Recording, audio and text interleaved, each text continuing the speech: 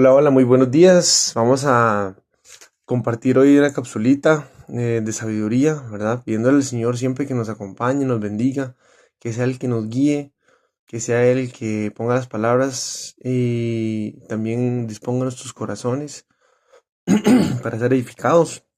Y vamos a ponerlo en su mano, a pedirle que nos guíe, ¿verdad? Padre, te bendecimos en esta hora. Te damos gracias por tu bondad, Señor, con nosotros día tras día, por tu nueva misericordia día con día, Señor. Te pedimos que nos limpies de cualquier contaminación, que despejes todo pensamiento negativo, Señor, que aclares nuestra mente, nuestros pensamientos, que toda palabra, Señor, que vayas a dar sea para edificación de tu pueblo. Te pedimos, Señor, que todo corazón esté dispuesto para recibir tu verdad, Señor, para ser edificado. Que tengamos buena disposición de parte de nosotros, Señor, en nuestro corazón para recibirlo y tú, Señor, hagas el trabajo que tengas pensado para nosotros. Gracias por todo en el nombre del Señor Jesús. Amén. Y es que vamos a hablar de aprender a confiar en el Señor, ¿verdad? Porque muchas veces decimos que Él es nuestro Señor y nuestro Salvador. Y a veces no nos damos cuenta de que ambos términos son complementarios, ¿verdad? O sea, no puede solamente ser mi Señor si no me ha salvado, Él me salvó. Y no puede ser solamente mi Salvador si yo no lo tomo como Señor y no acepto su palabra y me someto a su palabra. Recordemos que Él dice que los que lo aman son los que guardan su palabra y los que hacen su voluntad, no porque, ¿cómo lo digo? Vamos a ver, a veces el ser humano se le olvida que Él es Dios y que nosotros somos humanos y nos queremos poner en la posición de Él, ¿verdad? Y decimos, pero ¿cómo es posible que me quiera obligar a amarlo si yo soy libre o lo que sea? Pero es que como Dios es Dios y como la vida fue diseñada por Él, tenemos que llegarnos a dar cuenta en algún momento de que no hay mayor libertad para el ser humano que someterse a la palabra de Dios. Es la manera más efectiva, más pura, más eficaz de ser libre. Porque podemos, en este mundo tan complejo, tan extraño, podemos malinterpretar las cosas muy fácilmente en general, ¿verdad? A menos de que nos acerquemos a la palabra de Dios, que es la luz, que nos va a hacer entender el porqué de todas las cosas, ¿verdad? Qué difícil entender para una persona que nunca haya leído la palabra de Dios o haya recibido el mensaje de la palabra de Dios. Qué difícil entender porque yo a veces lucho contra mí mismo, porque tengo deseos carnales que van en contra de mis deseos espirituales, pero la palabra lo explica todo con claridad. Perdón. Entonces, cuando entendemos eso, nos vamos dando cuenta de que la vida es confusa, de que no es todo tan obvio como pareciera ser cuando no conocemos del Señor, sino que el Señor llega a aclararnos el panorama de todo y nos hace entender que no hay manera más perfecta de ser libre que sometiéndonos a su ley, a su palabra, a su verdad, a su buena voluntad, a su pureza, a su santidad, porque es muy fácil entender que el bien es bien y el mal es mal y que hay que tratar de hacer el bien todo el bien posible y todo eso, pero realmente el único que nos puede orientar con toda perfección es el Señor. Vamos a comenzar leyendo Marcos capítulo 12 versículos del 28 al 34. Marcos 12 del 28 al 34 dice así: Acercándose uno de los escribas que los había oído disputar y sabía que les había respondido bien, le preguntó: ¿Cuál es el primer mandamiento de todos? Jesús le respondió: El primer mandamiento de todos es: Oye, Israel, el Señor nuestro Dios, el Señor uno es. Y amarás al Señor tu Dios con todo tu corazón y con toda tu alma, y con toda tu mente y con todas tus fuerzas. Este es el principal mandamiento. Y el segundo es semejante: amarás a tu prójimo como a ti mismo. No hay otro mandamiento mayor que estos. Entonces el escriba le dijo: Bien, maestro, verdad has dicho, que uno es Dios y no hay otro fuera de él. Y el amarle con todo el corazón, con todo el entendimiento, con toda el alma, con todas las fuerzas, y amar al prójimo como a uno mismo es más que todos los holocaustos y sacrificios. Jesús entonces, viendo que había respondido sabiamente, le dijo: no estás lejos del reino de Dios. Y ya ninguno osaba preguntarle. Bueno, qué lindo primero ver lo que le dice, ¿verdad? Viendo que el Señor había respondido con sabiduría, le dice: no estás lejos del reino de Dios. Qué lindo, ¿verdad? Estar cerca del reino de Dios. Bueno, aquí este pasaje me interesa sobre todo rescatar y hacer énfasis en el pasaje donde el Señor cita el mandamiento, ¿verdad? Dice en el 31, no, en el 30, perdón. En el 30 dice: amarás al Señor tu Dios con todo tu corazón, con toda tu alma, con toda tu mente y con todas tus fuerzas. Es interesante que esto sea un mandamiento, ¿verdad? ¿A quién lo mandan a amar? A nadie, en teoría, a nadie se le manda a amar nada. Nosotros amamos por convicción, amamos porque nos nace, amamos porque hay motivos detrás. Esa es la clave, esa es la clave de este asunto. ¿Por qué amo yo algo? Yo amo la comida porque me hace feliz, porque me quita el hambre, porque le da salud a mi cuerpo. Amo el ejercicio porque me mantiene con salud, porque me hace sentir fuerte, me hace sentir vivo. Amo a mi familia porque me dan un lugar especial en su corazón, porque me han demostrado que me aman también. Y esa es la clave con el Señor. Yo no lo amo porque Él me mande a amarlo. Yo lo amo porque Él me dio la vida. Y no solo me dio la vida, me dio a su Hijo para que yo tenga vida en abundancia, para que aunque esta vida en la carne se acabe, yo tenga esperanza de una vida eterna. Entonces, por eso amo yo al Señor. Yo amo al Señor no porque Él me esté mandando a amarlo. Eso es lógico, que yo debería de amarlo. El Señor me manda a amarlo porque Él sabe qué es lo que a mí más me conviene y sabe qué es lo que va a provocar una sociedad que conviva mejor.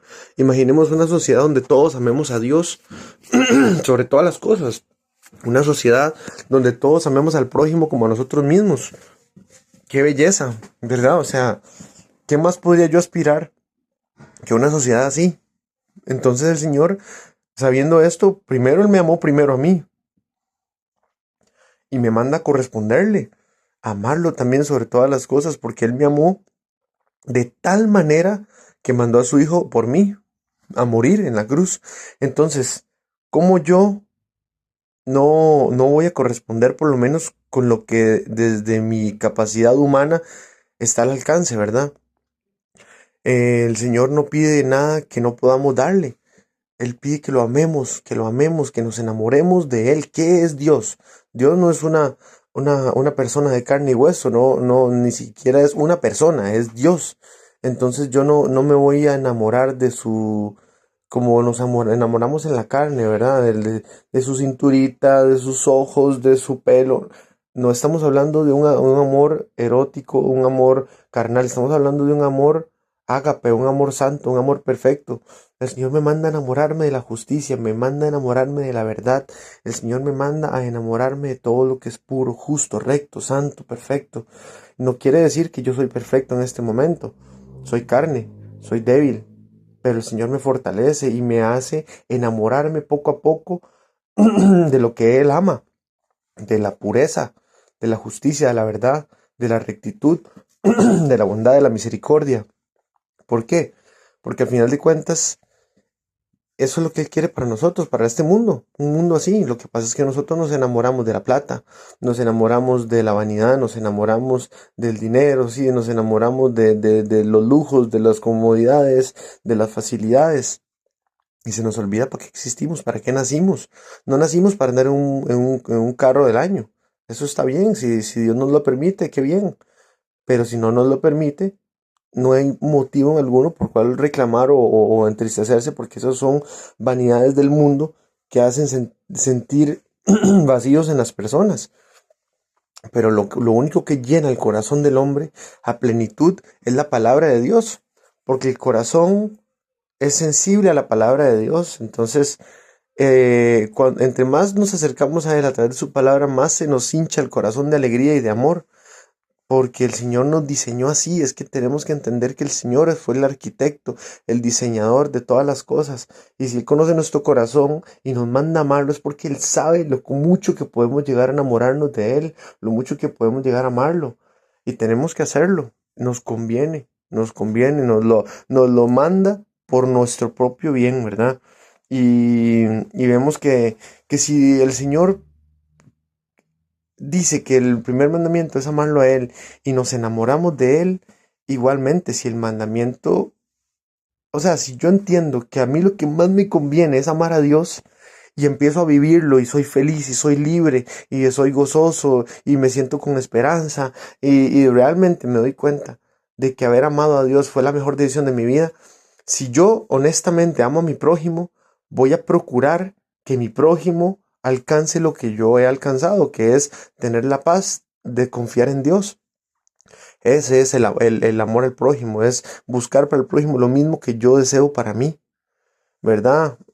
Noble, algo noble, un deseo limpio, un deseo puro, un deseo sin interés, desinteresado, que no necesariamente esté ligado a recibir un beneficio material, sino a yo sentir la alegría en mi corazón de ver que mi prójimo, a quien amo, porque está hecho a imagen y semejanza de Dios, logre también conocerlo a Él y estar en paz. Por eso, cuando el Señor nos manda a predicar el Evangelio en el mundo, no debemos hacerlo como un trabajo asignado y ya, sino como un gozo y una alegría de poder compartir una verdad que va a traer paz a otros corazones. Ahora vamos a leer Santiago capítulo 4 y versículo 13. Perdón, del 13 al 17. Santiago capítulo 4, versículos del 13 al 17, y dice así: Vamos ahora, los que decís, hoy y mañana iremos a tal ciudad y estaremos allá un año y traficaremos y ganaremos, cuando no sabéis lo que será mañana. Porque ¿qué es vuestra vida? Ciertamente es neblina que se aparece por un poco de tiempo y luego se desvanece. En lugar de lo cual deberíais decir, si el Señor quiere, viviremos y haremos esto o aquello. Pero ahora os jactáis en vuestras soberbias. Toda jactancia semejante es mala, y al que sabe hacer lo bueno y no lo hace, le es pecado. Amén. Entonces vemos que dice que nosotros muchas veces confiamos tanto en nosotros mismos, en nuestros planes, en nuestros designios, que no ejercemos el primer mandamiento, que es amar al Señor con todo nuestro corazón, alma, fuerzas. O sea, ¿a qué me refiero? Si amamos al Señor, no solamente le amamos, confiamos en Él. Y si yo confío en Él, yo anhelo que todo lo que suceda en mi vida haya sido avalado y aprobado primero por Él. Mi pareja, mis estudios, mi trabajo, todo. O sea, si yo confío en Dios y realmente lo tomo por Padre, yo a Él le voy a consultar todo y lo voy a poner en sus manos. Hay que saberlo hacer, ¿verdad? No es que Dios anda bajando siempre en una nube a manifestarse como nos queremos imaginar que es su presencia real, ¿verdad? De frente a frente. No podemos ponernos de frente a frente con Dios. Tenemos que aceptar nuestra condición actual y entender que el Señor es santo y Él vive en pureza perfecta. No es el momento de estar todavía en la presencia de Dios. Este cuerpo no lo resiste. Pero qué importante que es nuestra comunión con Él no se rompa, porque es a través del Espíritu Santo que Él ha hecho morar en nosotros. Y si nosotros le pedimos a Él siempre que Él tome el control, es lo más sabio que podemos hacer absolutamente en todo, que Él tome control de todo. Y Él lo hace, Él lo hace. Y le decimos, Señor, abre y cierra puertas conforme a lo que tú sepas que yo necesito y conforme a lo que sea tu voluntad. Y el Señor se encarga de abrir y cerrar puertas. Otra cosa importante a tener en cuenta es que no siempre esas puertas que Él va a abrir o cerrar van a agradarnos, porque a veces los propósitos de Él pasan por encima de nuestra voluntad carnal y tal vez creemos que el Señor quiere o está de acuerdo en que hagamos alguna cosa que realmente el Señor no quiere. Entonces, en esos momentos, cuando el Señor nos cierre puertas que no nos gusten mucho, tenemos que aprender a agradecer, porque si de verdad confiamos en Él y le pedimos que abriera y cerrara puertas, bueno, cuando lo haga, entonces aprendamos a que no todo es como yo quería, que sea conforme a su voluntad, pero como nosotros oramos y lo pedimos, Él se va a encargar de irnos direccionando siempre, siempre, siempre, ¿verdad? Y que mande confirmaciones, siempre el Señor lo hace en su misericordia. Entonces, qué importante es no solo aprender a creer en Él, sino a confiar en Él y no renegar, ¿verdad? Sino irnos dejando dirigir por su voluntad y por lo que Él vaya permitiendo. Ahora, también la palabra dice, si alguno tiene que padecer por causa de la justicia, es bendecido, ¿verdad? Porque por causa de la justicia padeció. Eso quiere decir que a veces nos va a tocar padecer, a veces vamos a tener que ser señalados, juzgados, criticados, lo que sea. Y si nos toca hacerlo, pero es por causa de defender la verdad, bueno, enhorabuena, gloria a Dios. Recordemos que la palabra dice que nadie es mayor que su maestro y que si él sufrió todo lo que sufrió, nosotros no somos quienes para pretender no tener que sufrir nada en este mundo, cuando nuestro maestro, nuestro Señor, nuestro Salvador fue el primero en sufrir, ¿verdad? Precisamente para que cuando a nosotros nos tocara sufrir, no pudiéramos quejarnos, sino que lo tomáramos a Él como ejemplo y nos diera fuerza y ánimo, ¿verdad? Entonces esta palabra de Santiago la cito sobre todo para que veamos cómo es el corazón del hombre, ¿verdad? O sea, dice, sí, mañana haremos esto, iremos a tal lado, iremos a tal otro, sin consultar a Dios, sin decirse, bueno, si Dios lo permite, si Dios quiere, porque yo no lo sé, qué es nuestra vida, sino como un soplo ahí en la eternidad, ¿verdad? Apenas. Entonces, tenemos que aprender a poner todo en manos de Dios y a pedirle que nos dirija y que se haga siempre su voluntad. Y para terminar vamos a leer Eclesiastés capítulo 7 versículos del 10 al 18.